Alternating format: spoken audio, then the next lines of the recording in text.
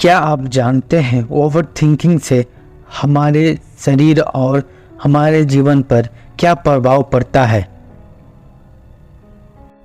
Over thinking से हमारे दिमाग में असंतुलित पैदा हो सकती है, जो स्ट्रेस, चिंता और मानसिक तनाव का कारण बन सकता है। इससे हमारे समय और एनर्जी बर्बाद होता है और हमारे निर्णय पर बुरा असर पड़ता है। ये हमारे स्वस्थ सामाजिक जीवन को भी प्रभावित करता है। चलो इस कहानी के जरिए ओवर थिंकिंग को ख़त्म करते हैं। एक समय की बात है, एक बुद्धा अपने शिष्यों के साथ जंगल में भ्रमण कर रहा था। उनके मन में एक सवाल था, क्या सच में ओवर थिंकिंग का समाधान है? वो अपने मन को शांत करने की कोशिश कर रहा था, लेकिन उनके दिमाग में ये विचार बार बार आता था।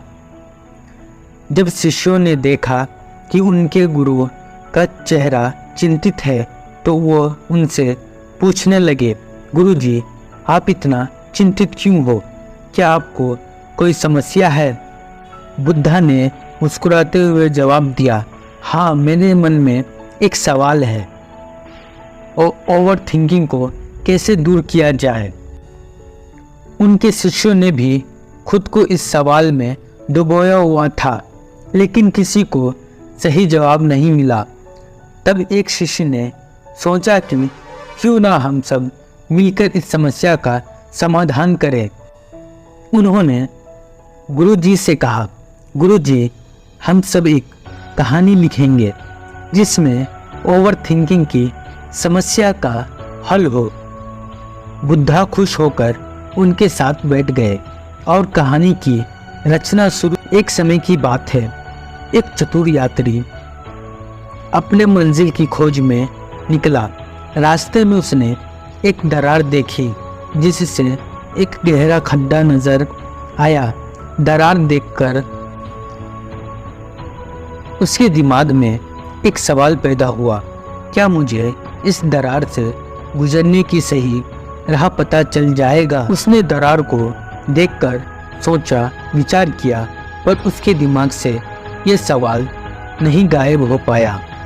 उसने अपने मंजिल के बारे में सोचना शुरू कर दिया।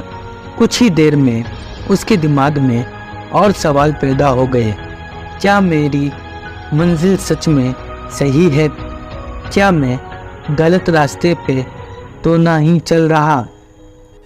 इस तरह से उसकी मन की आवाज़ एक दूसरे के ऊपर चढ़ गई। वो सोचने लगा, पर समझ नहीं पाया कि कौन सा विचार सही है। उसने अपने मित्र से सलाह ली और उसने कहा, मेरा दिमाग एक सवाल के बाद दूसरे सवाल पूछने लगा है, क्या करूं? मित्र ने उसे समझाया, तुम्हारे दिमाग के विचारों को देखो, विचारों की गहराई में खुद को खो दो और वहाँ स्थिति का अनुभव करो। विचारों के झंझट से मुक्त होने के लिए विचार ध्यान से करो और उन्हें अपनी तरफ से दूर भगा लो। यात्री ने मित्र की सलाह मानी और अपने दिमाग को शांत किया। उसने विचारों की गहराई में जाकर देखा और उन्हें अपनी तरफ से दूर कर दिया। उसने समझा कि ओवर थिंकिंग उसकी मंजिल तक पहुंचने का रास्ता नहीं है। इसीलिए उसने अपने वर्तमान को ग्रहण किया और सुकून से अपनी यात्रा आगे बढ़ाया। इस कहानी से यात्री ने सीखा कि ओवर थिंकिंग का समाधान विचार ध्यान से हो सकता है।